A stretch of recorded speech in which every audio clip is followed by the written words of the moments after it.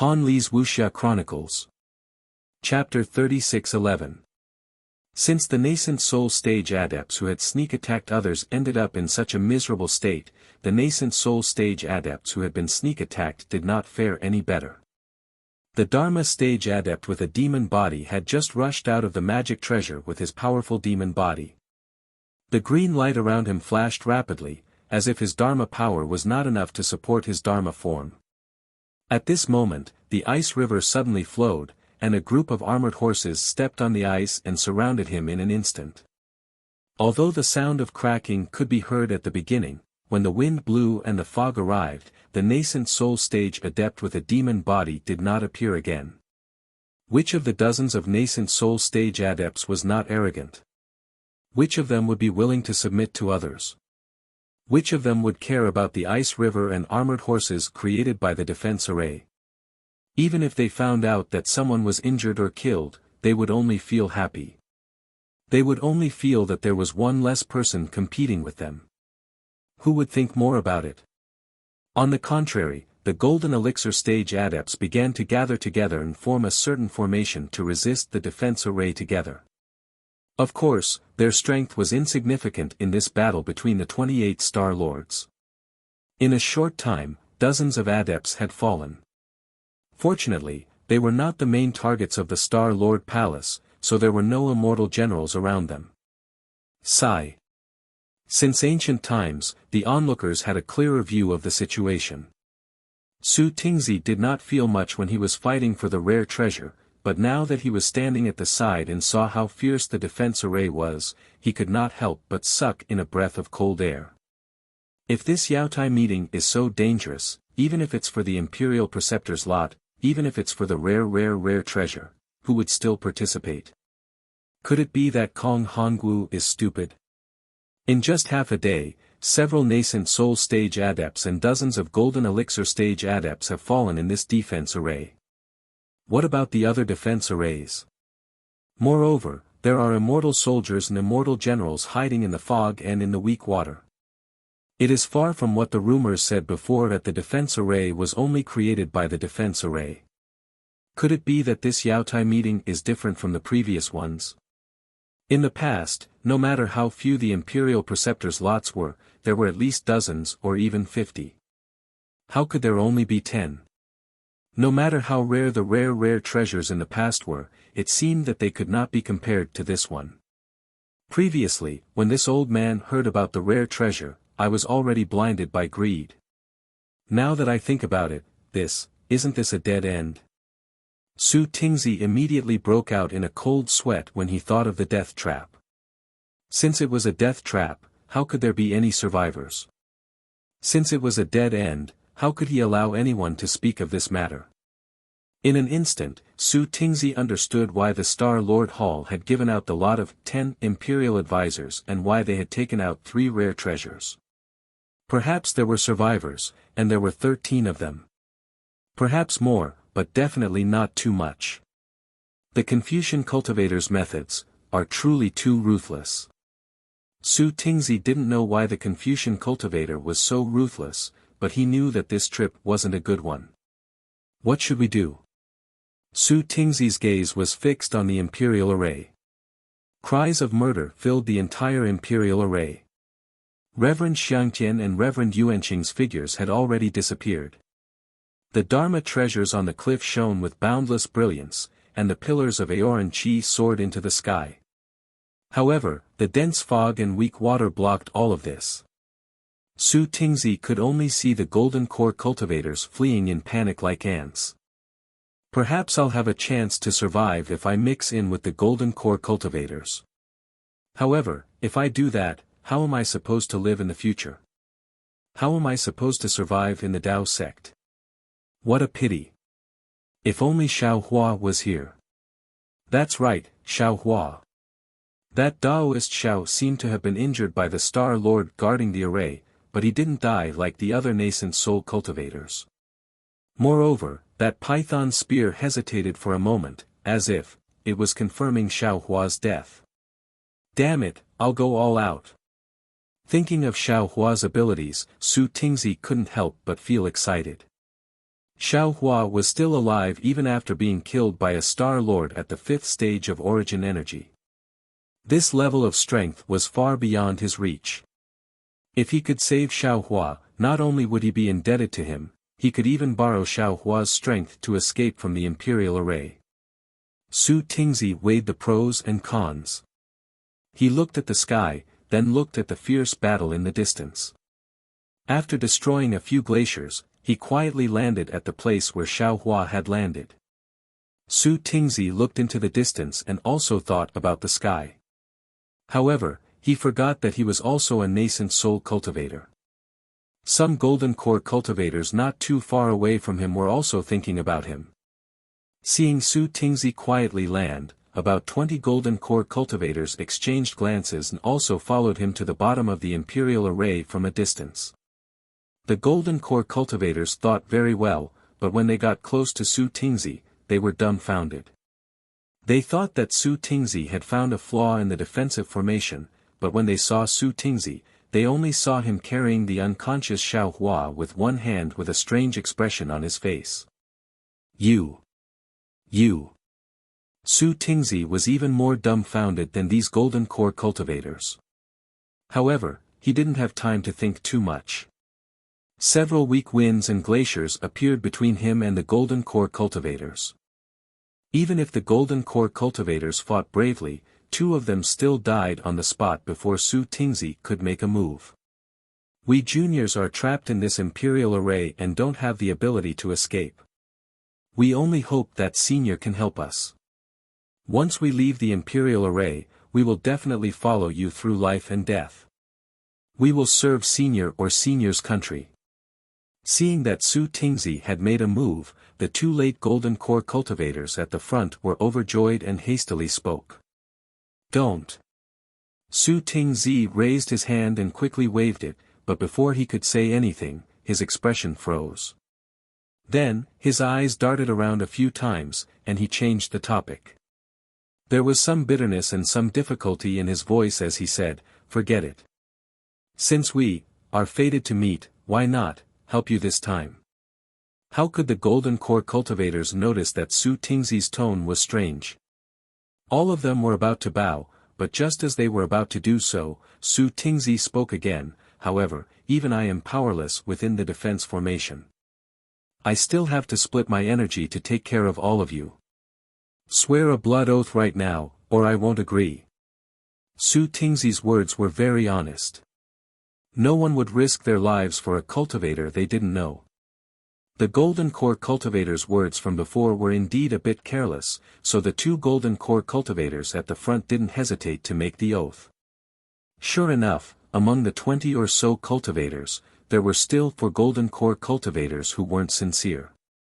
They didn't wait to make the blood oath before activating their magic treasures and rushing elsewhere. They must be looking for their own opportunities inside the Imperial Array. Su Tingzi looked at the backs of these cultivators and coldly smiled. He waved his hand and said, "Activate your magic treasures and form an ordinary formation behind me." Although the golden core cultivator at the front had said his name when he made the oath, how could Su Tingzi remember it at this critical moment?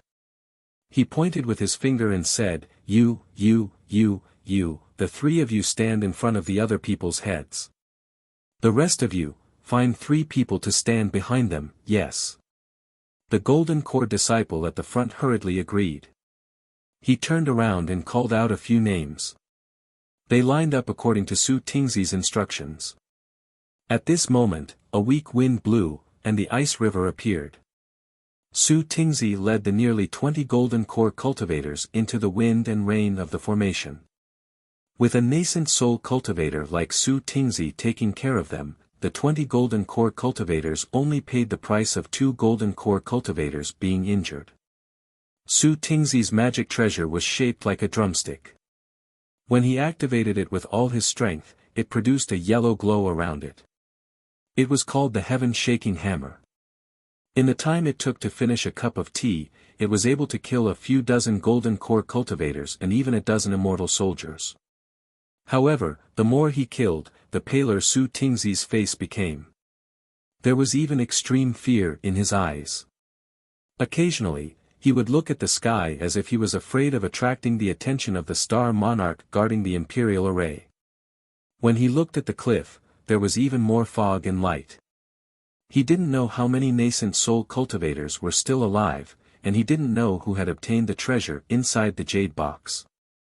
Seeing that the wind was getting weaker, both the sound of the pipa and the whistle were getting weaker, Su Tingzi's eyes were filled with joy.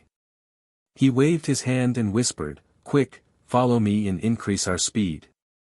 There should be a result over there." This imperial array, unfortunately, before Su Tingzi could finish speaking, he heard a loud whistle and a three-colored python descended from above his head. At the same time, an unparalleled aura came crashing down like a huge mountain. "Save me!" Su Tingzi was shocked and let out a heart-wrenching scream. It was as if he had long been afraid of this aura. As Su Tingzi circulated his spiritual energy, the golden light around him shined brightly. The heaven-shaking hammer turned into a giant hammer and charged at the three-colored python. As for Xiao Hua, who was still in his hand, he casually tossed him to the side. Boom! The heaven-shaking hammer flew into the air, but before it could even touch the python spear, it was sent flying.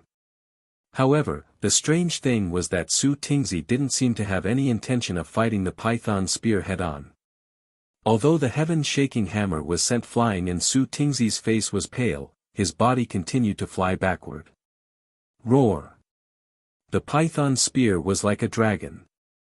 It let out an angry roar and stabbed toward Su Tingzi's heart even faster than Su Tingzi's retreat.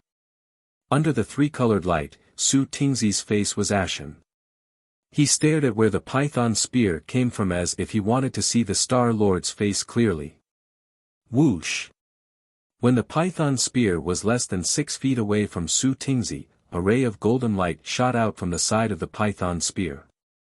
The golden light shot into the air and a thunderous sound echoed.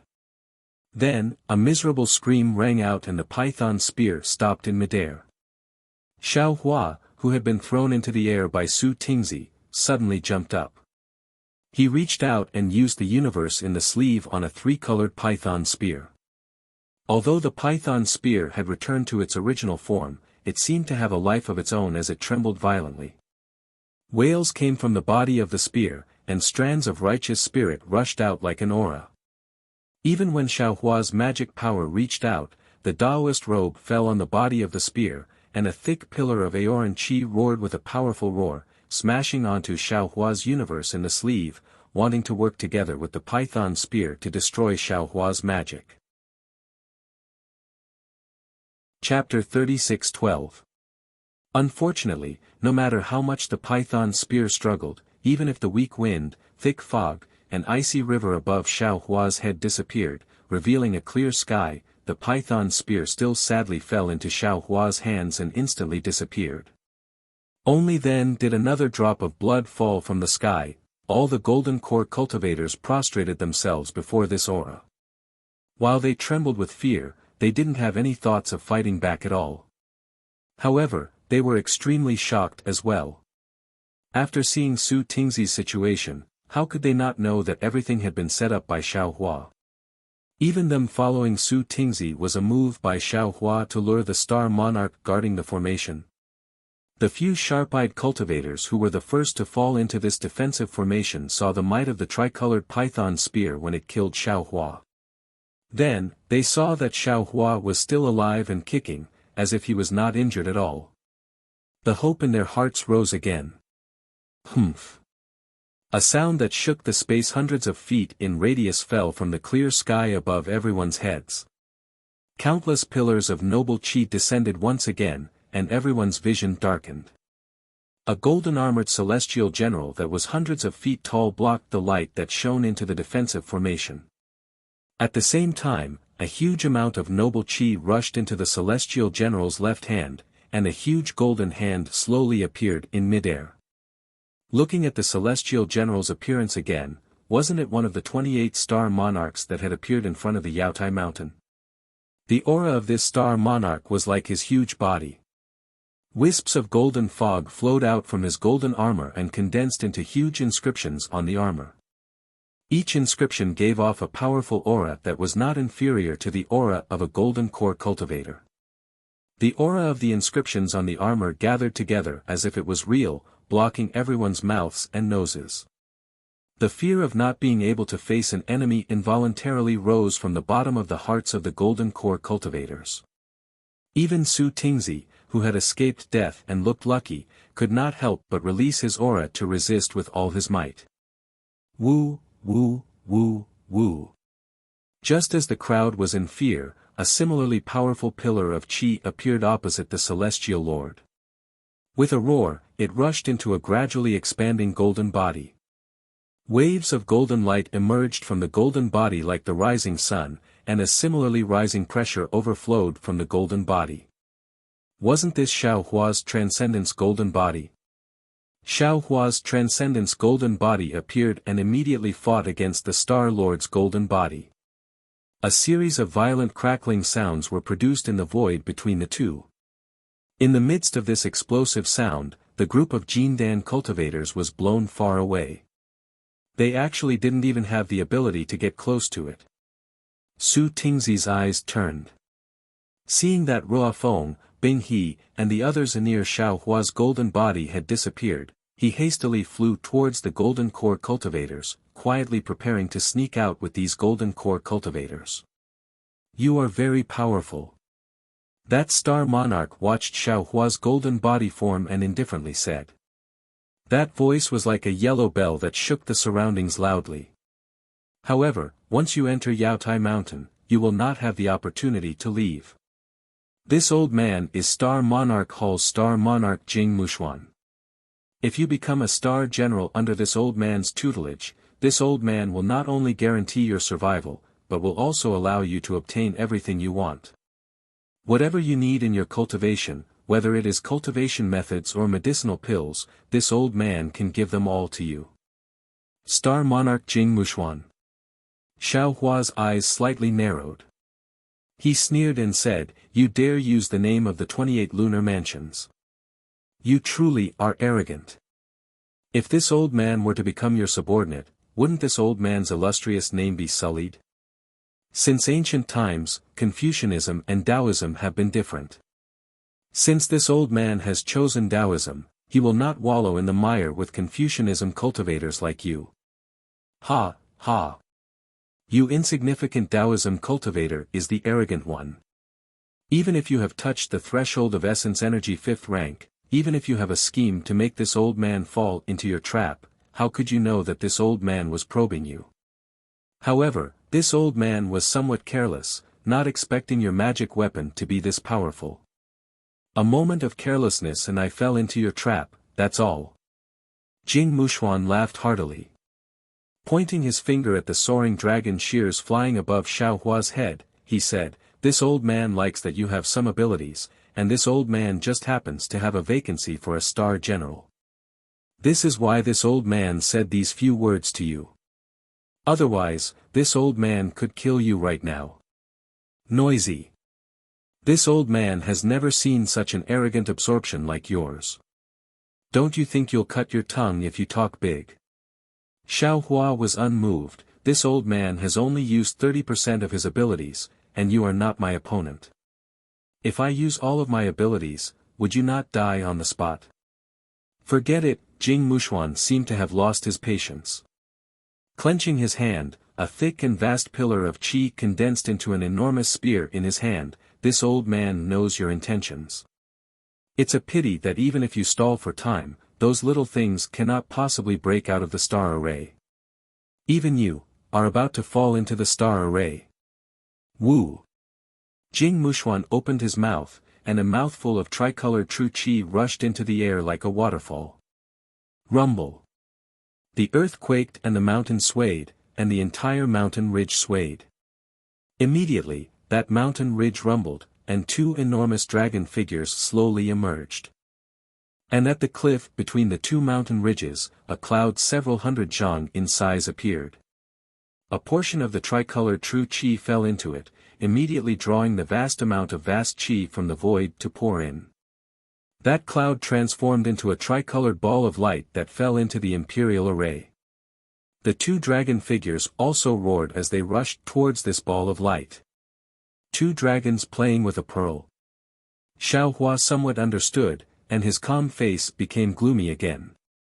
This was because, with his tyrannical divine sense, he had already understood that the two dragon figures really surrounded the entire star array in the center. When the dragon figures were hovering around the pearl, it had already driven the entire imperial array. The airflow inside the imperial array was like a knife. The nascent soul cultivators who were previously fighting stopped in horror, trying their best to resist this innate power.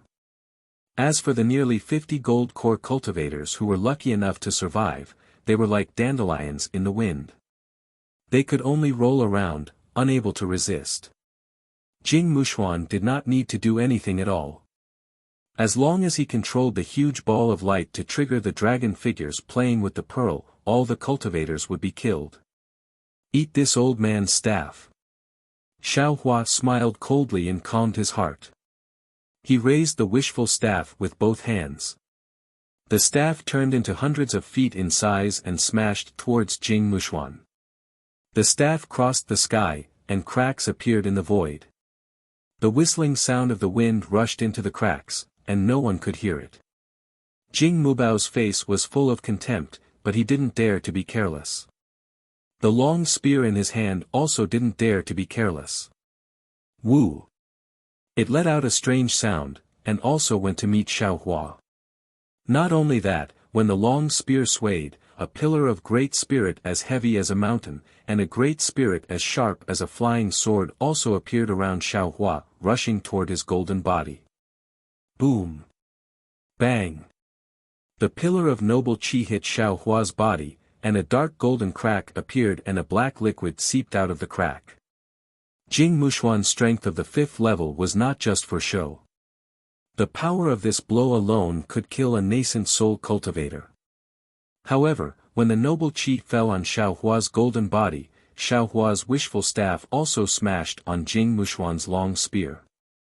With a loud bang, not only was the long spear smashed, but Jing Mushuan's arm was also hit by the wishful staff.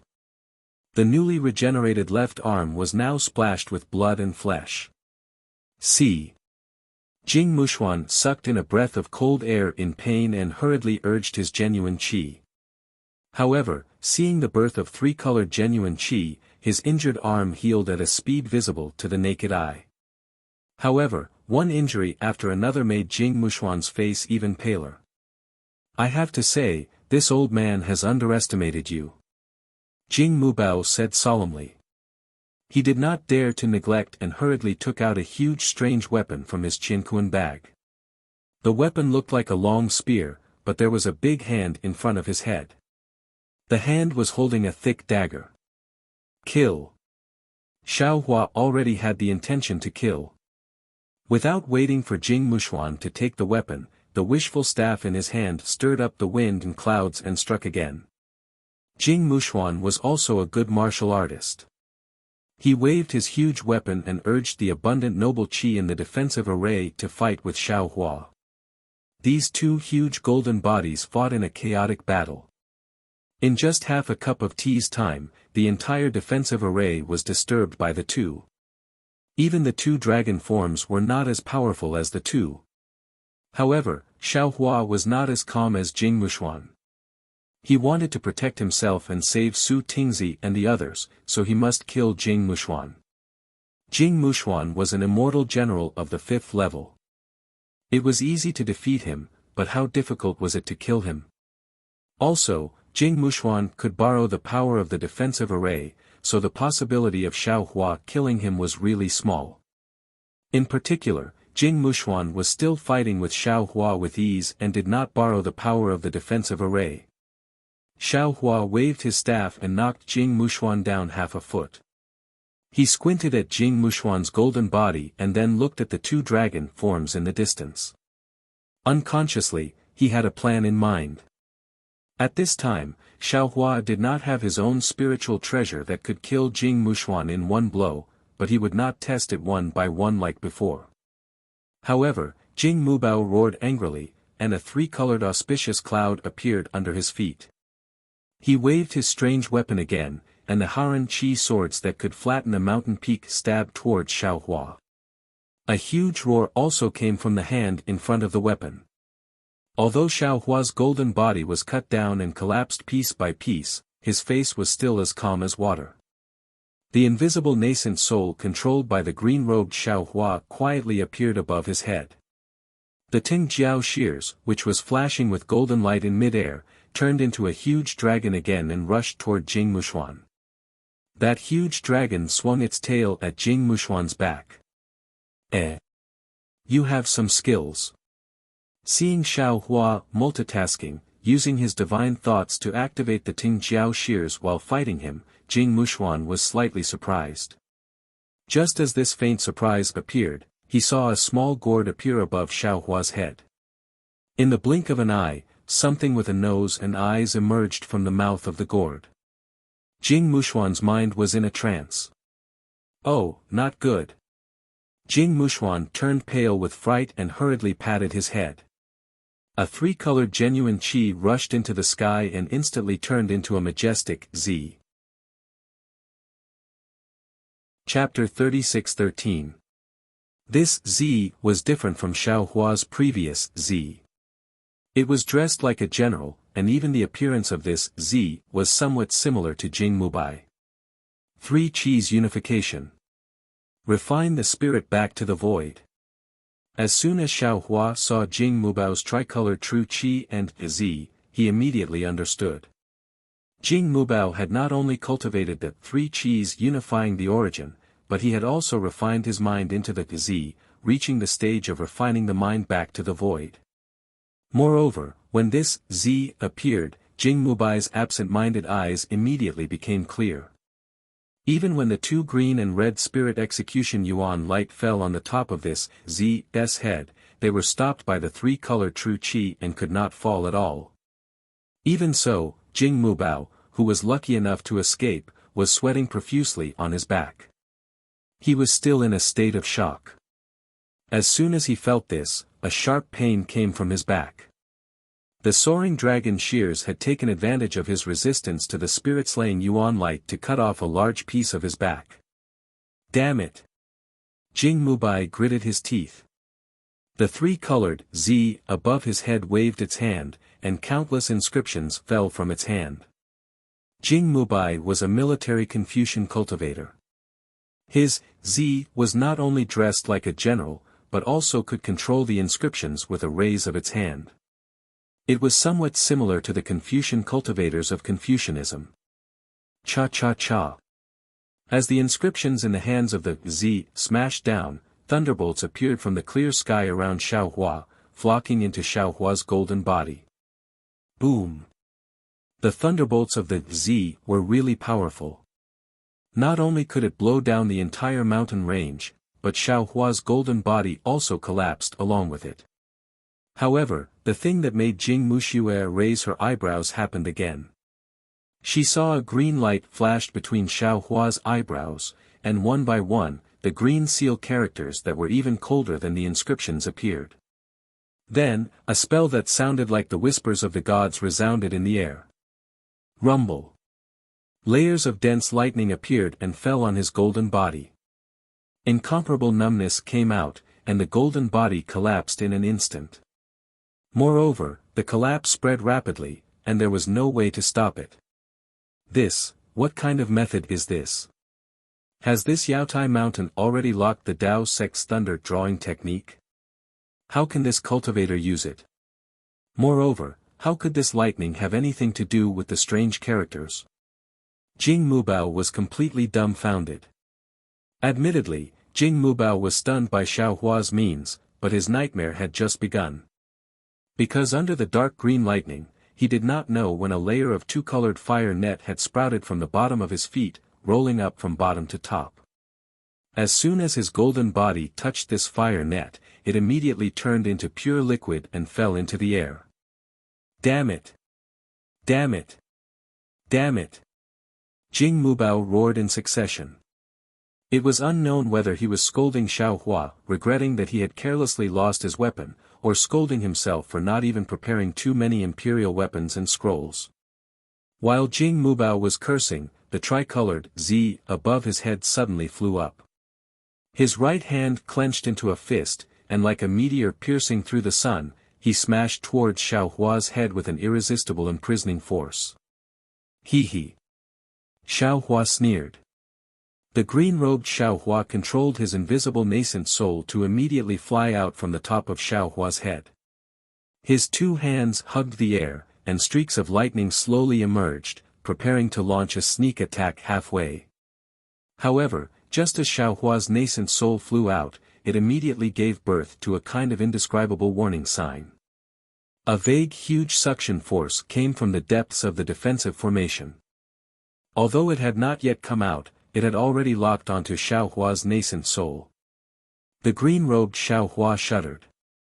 He did not have time to sneak attack Jing Mubao, and immediately urged his nascent soul to land on top of Xiao Hua's head. When this nascent soul touched Xiao Hua's body, the warning sign immediately disappeared, and the suction force also disappeared. Damn it! What's going on? Xiao Hua turned pale with fright. It was also because of this absent-mindedness that Xiao Hua immediately lost the opportunity. The Z's fist fell down. Xiao Hua looked at the head that he dodged, but it was precisely his left shoulder that collapsed. Rumble. With a series of muffled sounds, Xiao Hua's several hundred zhang golden body could no longer support, and slowly shrunk. Jing Mubao was also not that strong. When the Z just hit Xiao Hua's golden body, Jing Mubao felt his mind become confused again, and the soul-punishing Yuan light once again had a tendency to fall. He hastily withdrew the Z, and then looked at Xiao Hua, who hastily withdrew his golden body, and a trace of a sneer appeared at the corner of his mouth. Then, that Z waved his hand, and a huge ball of light fell in front of him. Those two dragon-shaped figures dragged their long dragon bodies and pounced over. Jing Mubao lowered his head and looked at the fire net that he couldn't extinguish even with his noble qi. He knew that if he didn't kill Xiao Hua, he wouldn't be able to escape. But he saw Jing Mubao grin. The Z above his head waved his hands, and the huge ball of light immediately divided into three under the noble qi that was sharper than the edge of a blade. Among these three balls of light, the one in the Z's hand was bigger, and the other two were smaller. Go! A majestic voice that could shake the entire defensive formation burst out from the Z's mouth. It was more ear-piercing than spring thunder. Two vast noble qi pillars emitted a huge rumbling sound as they penetrated the heaven and earth, and directly rushed into the two small balls of light. At the same time, the Z opened his mouth again, and three colored Jin qi spurted out like a rainbow bridge, which divided into two and fell on top of the balls of light. Roar! The two dragon figures raised their huge heads. Although the dragon heads were blurry, they revealed an indescribable excitement. When the dragon heads opened, a cold and dark aura was emitted from the holes in the dragon heads. The two balls of light that were filled with Jing Mubao's condensed Jin qi fell into the dragon heads. Pa pa pa pa. The originally blurry dragon heads, after the three-colored Jin qi fell into their mouths, clearly had some color, like the finishing touch, and this color quickly spread over the dragon body. Roar! The earth shook, and the ice river and the weak wind formation were now crazily surging. Along with the swaying of the two dragon figures, an imposing aura that could suppress everything, along with the entire defensive formation, rushed toward Xiao Hua. Jing Mubao smiled, and his smile was very bright. Although the fire net under his feet had not been extinguished, and although the spirit-slaying light above the head of the Z was still threatening his life, he was not the slightest bit afraid. The momentum of the two dragons playing with a pearl was the final killing move of the defensive formation. While Xiao Hua was scheming against him, he was also scheming against Xiao Hua. Jing Mubao had never seen a Taoist cultivator who could escape from the defensive formation of the two dragons playing with a pearl. In the previous Jade Pavilion gathering, the defensive formation of the two dragons playing with a pearl was enough to catch all the Taoist cultivators in one fell swoop. Who knows what the palace master is thinking? Today, he actually opened the 28 star arrays. The strength of this Taoist cultivator is far beyond the 4th level of Yuanli. It would be a pity to kill him. It's better to suppress him and use him for me. Jing Mubao secretly calculated. Unfortunately, there was always an accident. Just as Jing Mubao smiled, he saw a disc spit out from Xiaohua's mouth. As soon as the disc came out, it suddenly expanded. Layers of golden dragon qi gushed out from the disc, and within this dragon qi, countless images of mountains and rivers emerged. This. Jing Mubao was stunned. His heart gave birth to a kind of unimaginable feeling. He watched as the whole disc instantly turned into an oval-shaped imperial jade seal in the midst of the dragon qi. A terrifying aura rushed out of the imperial jade seal, causing immortals and mortals to retreat. It rushed towards Xiaohua's 2 dragon forms and pressed down. Suppress! Xiaohua coldly roared. Although his voice was much less dignified than the previous Z, it was still exceptionally clear and incomparably powerful. Following this voice, the 2 dragon figures trembled violently. The dragon qi of the mountain and river seal descended like a large hand. Regardless of whether it was the dragon head or the dragon pearl, it grabbed them all in one go. You, how can you have the national weapon? You, how can you control the national weapon? How can you control the fate of a country? Jing Mubao shouted in disbelief, and then his Z also trembled like a sieve under the suppression of the dragon qi. A sense of crisis that he had never felt before arose in his heart. Logically speaking, although the mountain and river seal was powerful, it might not be able to suppress him, a Star Lord of Star Lord Palace. However, in order to control the imperial formation of the 2 dragons playing with the pearl, he had fused his genuine qi with the dragon pearls. This way, although it was easy to control the imperial formation, when Xiaohua suppressed the dragon pearls and dragon figures, his Z was also suppressed. What scared Jing Mubao the most was that the dragon qi above the mountain and river seal had an irresistible force. The spiritual qi of heaven and earth in the 2 dragon mountains of Yaotai Mountain was far inferior to that of the mountain and river seal. Under the suppression of the mountain and river seal, the dragon pearls and dragon heads had been submerged. His Z also collapsed along with the dragon pearls and was about to be pulled into the mountain and river seal. Jing Mubao suddenly felt that he was at his wit's end. He did not know how to get out of this predicament safely. Go all out. Jing Mubao patted his head, and the tricolored genuine qi gushed out again. The genuine qi madly rushed into his Z, trying to stabilize his Z. Roar. Another clear dragon roar came from the mountain and river seal. At first glance, it sounded like 2 dragon figures struggling, but Jing Mubao knew that this was not the qi of the mountain range that he had previously controlled, because along with this dragon roar, the suction of the mountain and river seal suddenly increased several times.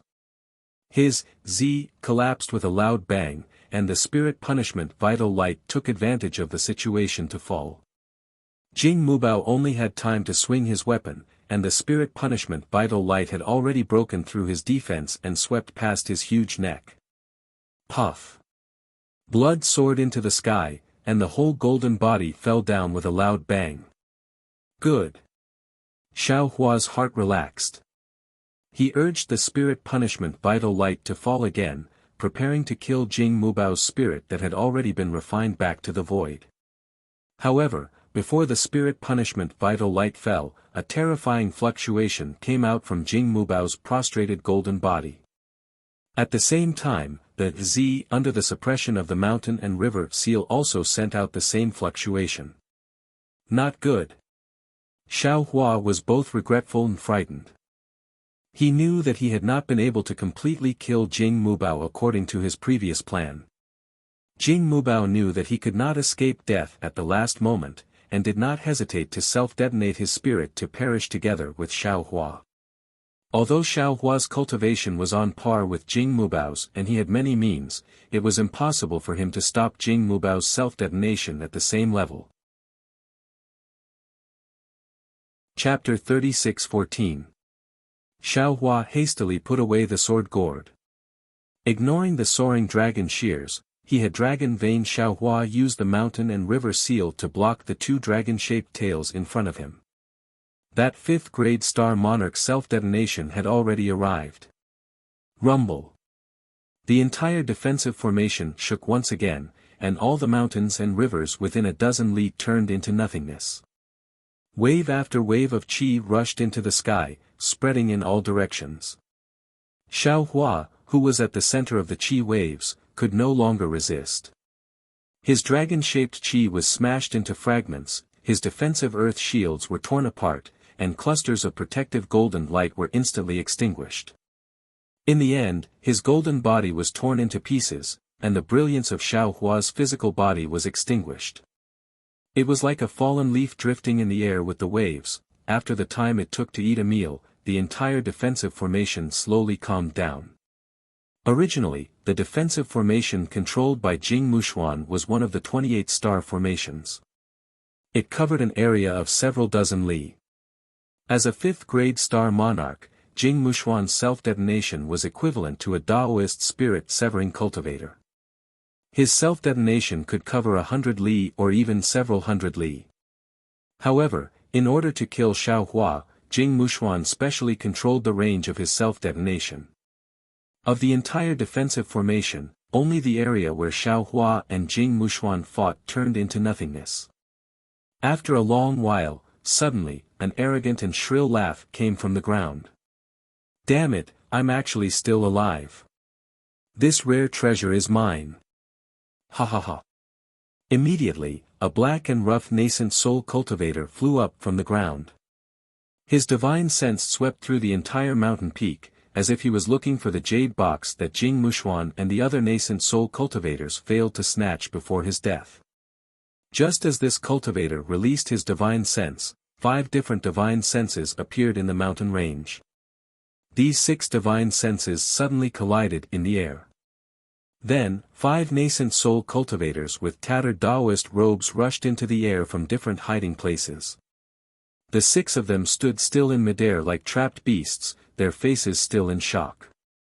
More than a dozen nascent soul cultivators had fallen into the defensive formation, and only a few of them had been killed in the fierce battle.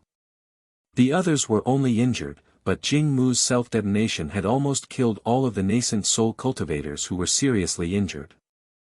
Although the remaining 6 nascent soul cultivators had managed to escape, it appeared that they had also suffered significant losses. Reverend Yuan Qing and Reverend Xiangtian each stood at a corner. Their faces also carried the same expression of luck. They had already realized that everything was part of Xiaohua's plan when Xiaohua suddenly attacked and killed Jing Mubai. Especially Daoist Yuan Qing, who had some understanding of Xiaohua, immediately understood that the fight between the two would not end well. He made a decision almost instantaneously, giving up on snatching the rare treasure in the jade box and fleeing into the distance as soon as possible, away from the place where the two were fighting. Although Reverend Xiangtian was arrogant, he was also alert. He had been paying attention to Reverend Yuan Qing, who was hostile to him. When he saw Reverend Yuan Qing give up the rare treasure, although he was extremely unwilling, he also fled, as far as possible from Xiaohua and the others. Even though the 2 of them had reacted early, they were still injured by Jing Mubai's dying strike. After escaping the calamity and coming out again, each of them had different feelings. Daoist Xiangtian felt both lucky and ecstatic. It could be said that he had survived a double calamity. He had formed a personal grudge with Xiaohua. He even considered killing Xiaohua with the power of wind and thunder after leaving the Imperial Formation or the Jade Pavilion gathering.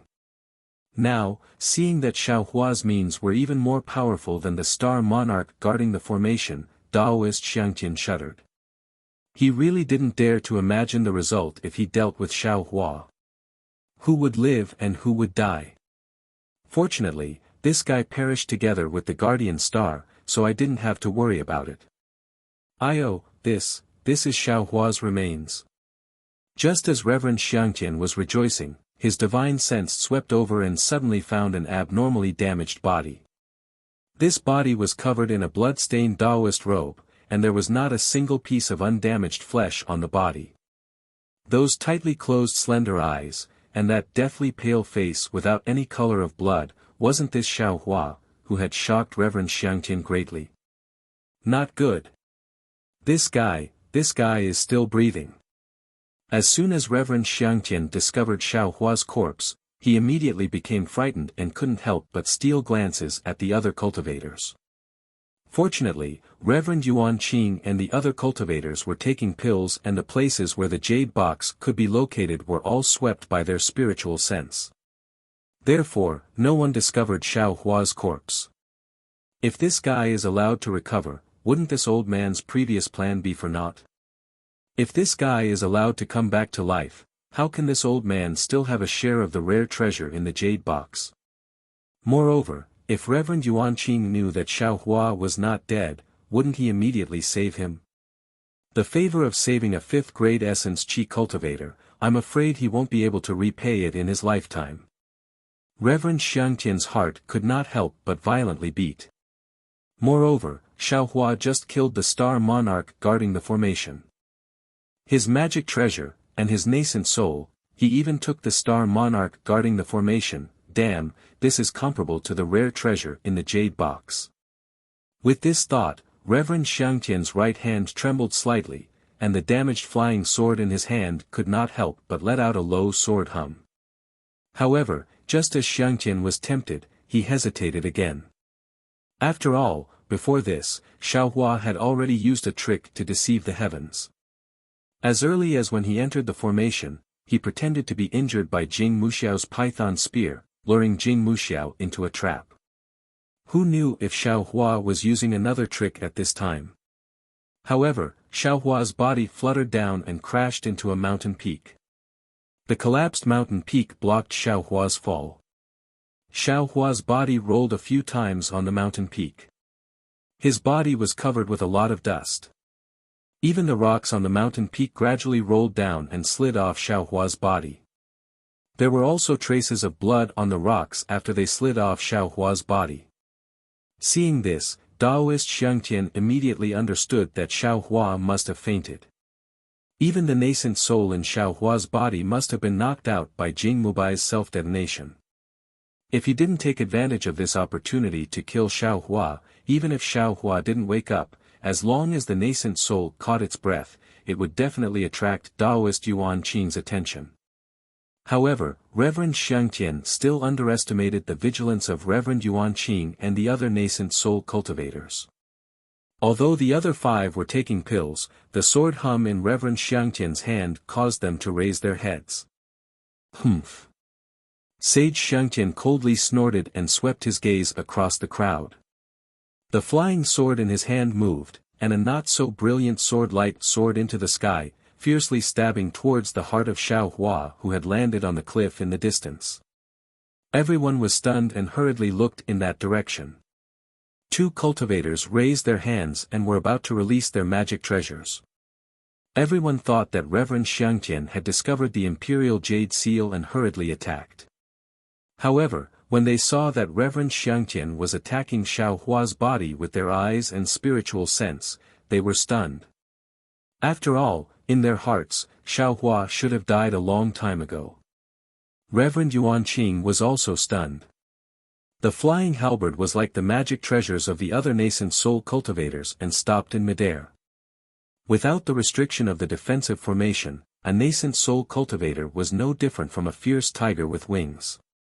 Daoist Xiangtian took the initiative to attack, and with Daoist Yuanqing's hesitation, the meteor-like lightning had already pierced Xiaohua's chest. An indescribable expression appeared on Reverend Yuanqing's face.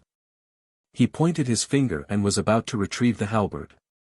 He knew that even if he and Reverend Xiangtian attacked together, they wouldn't be able to snatch it away. Rather than offending Reverend Xiangtian for no reason, it would be better to wait for an opportunity to escape.